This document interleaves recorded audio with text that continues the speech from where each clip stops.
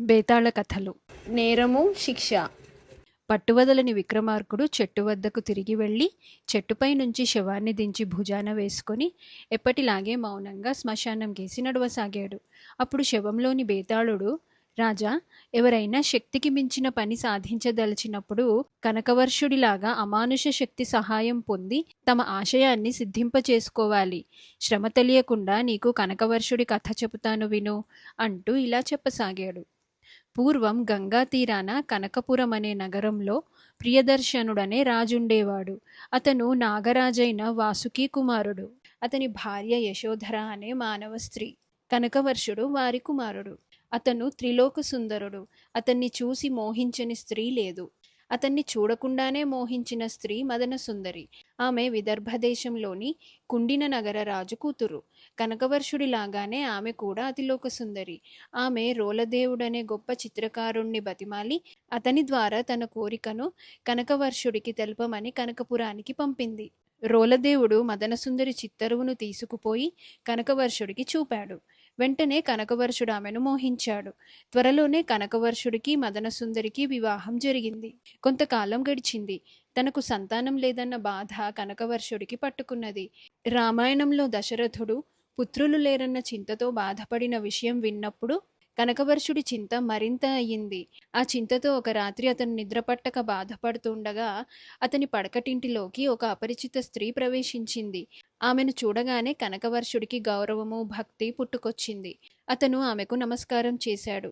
ఆ స్త్రీ అతన్ని దీవించి, నాయనా, నేను నీ మేనత్తను, నీ తండ్రి అక్కను, వాసుకి కుమార్తెను. నా పేరు రత్నప్రభ. నేను ఎప్పుడూ అదృశ్యంగా ఉంటూ నిన్ను కాపాడుతున్నాను. నీ విచారం చూసి ఇప్పుడు నీకు కనపడ్డాను. ఏమిటి నీ విచారం అని అడిగింది. నేను చాలా ధన్యుణ్ణి. నాకున్న విచారం అంతా కొడుకులు లేరనే అన్నాడు కనకవర్షుడు. అందుకు నేనొక ఉపాయం చెబుతాను, చెయ్యి. నువ్వు కుమారస్వామి పొదమూలానికి వెళ్ళి ఆయనను ఆరాధించి ప్రసన్నుణ్ణి చేసుకొని ఆయన అనుగ్రహం వల్ల పుత్ర సంతానం పొందు. నీకు భయంకరమైన విఘ్నాలు కలుగుతాయి. అయినా భయపడకు. వాటిని తట్టుకునే శక్తిని నేను నీకిస్తాను అని చెప్పి రత్నప్రభ అంతర్ధానమయ్యింది. కనకవర్షుడు మర్నాటి ఉదయమే తన రాజ్యాన్ని మంత్రులకు అప్పగించి కుమారస్వామిని ఆరాధించడానికి బయలుదేరి వెళ్ళాడు. ఆయన పొదమూలంలో తీవ్రమైన తపస్సు ప్రారంభించాడు. కొంతకాలమయ్యాక అతని మీద బలంగా ధారపడసాగింది. దాన్ని సహించే శక్తిని అతనికి రత్నప్రభ ఇచ్చింది. అతని తపస్సుకు విఘ్నం కలిగించమని కుమారస్వామి విఘ్నేశ్వరుణ్ణి పురమాయించాడు. రాజు నెత్తిన పడే ధారలో విఘ్నేశ్వరుడు పాము విషం వదిలాడు. దానికి కూడా కనకవర్షుడు చలించకుండా రత్నప్రభ అతనికి శక్తినిచ్చింది. అది చూసి వినాయకుడు ప్రత్యక్షంగా కనకవర్షుణ్ణి తన దంతంతో రొమ్ములో పొడవనారంభించాడు. కనకవర్షుడు వినాయకుణ్ణి స్తోత్రం చేసి మెప్పించాడు.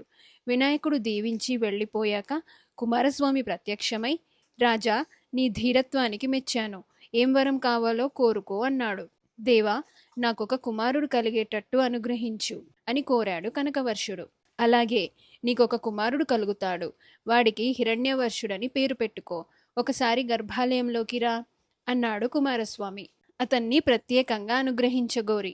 తాను రాజు శరీరంలో ఉండి కుమారస్వామిని సమీపిస్తే ఆ స్వామికి ఆగ్రహం వస్తుందని రత్నప్రభ రాజు గర్భాలయంలోకి పోతుండగా అతడి శరీరంలో నుంచి బయటికి వచ్చింది. గర్భాలయంలోకి వచ్చిన కనకవర్షుడిలో తేజస్సు తరిగి ఉండడం చూసి కుమారస్వామి నిజం తెలుసుకొని కోపంతో, నువ్వు మోసం చేశావు. అందుచేత నీకు పుట్టబోయే కొడుకుతోనూ భార్యతోనూ ఏడాది పాటు వియోగం అనుభవించు అని అదృశ్యుడైపోయాడు. కనకవర్షుడు తన నగరానికి తిరిగి వెళ్ళి కాలక్రమాన మదనసుందరి యందు ఒక కొడుకును కన్నాడు. అతను తన కొడుక్కు హిరణ్యవర్షుడని పేరు పెట్టడమే కాక తన ప్రజల మీద నిజంగానే హిరణ్యవర్షం కురిపించాడు. పురిటింటికి 6వ రోజున రక్షలన్నీ యథావిధిగా ఏర్పాటు చేశారు. అంతలోనే ఆకాశాన దట్టంగా మేఘాలు కమ్మి ధారాపాతంగా వర్షం సాగింది. చెట్లను పడగొట్టుతూ పెనుగాలి వీచింది. అటువంటి సమయంలో గడియ వేసి ఉన్న పురుటిగది తలుపులు తెరుచుకొని ఒక భయంకర ఆకారం గల స్త్రీ ప్రవేశించి చంటిబిడ్డను ఎత్తుకొని చూసేవారందరికీ దిగ్భ్రమ కలిగించి పారిపోయింది. అయ్యో నా బిడ్డ అంటూ బాలింతరాలు ఆ చీకటిలో ఆమె వెంట పరిగెత్తింది. ఆ రాక్షసి పోయి అరణ్యంలోని ఒక సరస్సులో దూకింది. పుత్రమోహం కొద్దీ రాణి కూడా సరస్సులో దూకింది. వెంటనే మబ్బులు, వాన, గాలి అన్నీ నిలిచిపోయాయి. మర్నాడు తెల్లవారి కనకవర్షుడు తన భార్యను, బిడ్డను చూసుకుందామని పురిటి గదికి వచ్చి ఇద్దరూ లేకపోయేసరికి మూర్ఛపోయాడు. అది మొదలు అతను భార్యావియోగంతో వెర్రివాడులాగా అయిపోయాడు. అతన్ని ఎవరూ ఓదార్చలేకపోయారు. అతను తన నగరాన్ని విడిచిపెట్టి అడవులు పట్టిపోసాగాడు. కనకవర్షుడు అనేక కష్టాలు పడి అనేక అపాయాల నుంచి దైవికంగా తప్పించుకొని వింధ్యారణ్య ప్రాంతమంతా చెడతిరిగాడు. 7 ఏడాది గడిచింది. రత్నప్రభ అకస్మాత్తుగా అతని ఎదుట ప్రత్యక్షమై, ఇరుగో నీ భార్యాపుత్రులు, నేనే వీరిని తీసుకుపోయి కాపాడి కుమారస్వామి శాపాన్ని పూర్తి చేశాను అన్నది. కనకవర్షుడు పరమానందం చెంది తన భార్యను, కొడుకును తీసుకుని తన నగరానికి తిరిగి వచ్చి సుఖంగా ఉన్నాడు. బేతాళుడి కథ చెప్పి, రాజా, నాకొక సందేహం. కుమారస్వామి రాజును శపించదలిచినప్పుడు పుత్రవియోగం మాత్రమే కలిగించక భార్యావియోగం కూడా ఎందుకు కలిగించాడు? కొడుకును సంపాదించటం విషయంలోనే కదా రాజు ఆ స్వామిని మోసం చేసింది. ఈ సందేహానికి సమాధానం తెలిసి కూడా చెప్పకపోయావో నీ తల పగిలిపోతుంది అన్నాడు. దానికి విక్రమార్కుడు, దేవతలు అనర్హులకు వరాలు ఇవ్వగోరరు. రాజుకు గల అర్హత తెలుసుకోవాలనే కుమారస్వామి విఘ్నేశ్వరుడి చేత పరీక్షలు పెట్టించాడు. రాజు ఆ పరీక్షలకు స్వశక్తితో తట్టుకోలేదని తెలిసాక శాపం నెపాన మరికొన్ని పరీక్షలు కల్పించాడు. నిజానికది శాపం అనే కన్నా శిక్ష అనటం సమంజసం. అప్పుడే పుట్టిన కొడుకును దూరం చేస్తే రాజుకది శిక్ష కాదు. రాజు దౌర్బల్యానికి మూలం రాణి. ఆమెతో ఎడబాటే అతనికి నిజమైన శిక్ష. అది శిక్ష అని గ్రహించే రత్నప్రభ దానిని స్వయంగా తానే అమలు చేసింది. కుమారస్వామి ఆగ్రహానికి కారణభూతురాలు కూడా రత్నప్రభే కనుక ఆమె ద్వారానే శిక్ష అమలు జరగటం సక్రమమైనది అన్నాడు. రాజుకి విధంగా మౌనభంగం కలగగానే బేతాళుడు శవంతో సహా మాయమై మళ్ళీ చెట్టెక్కాడు.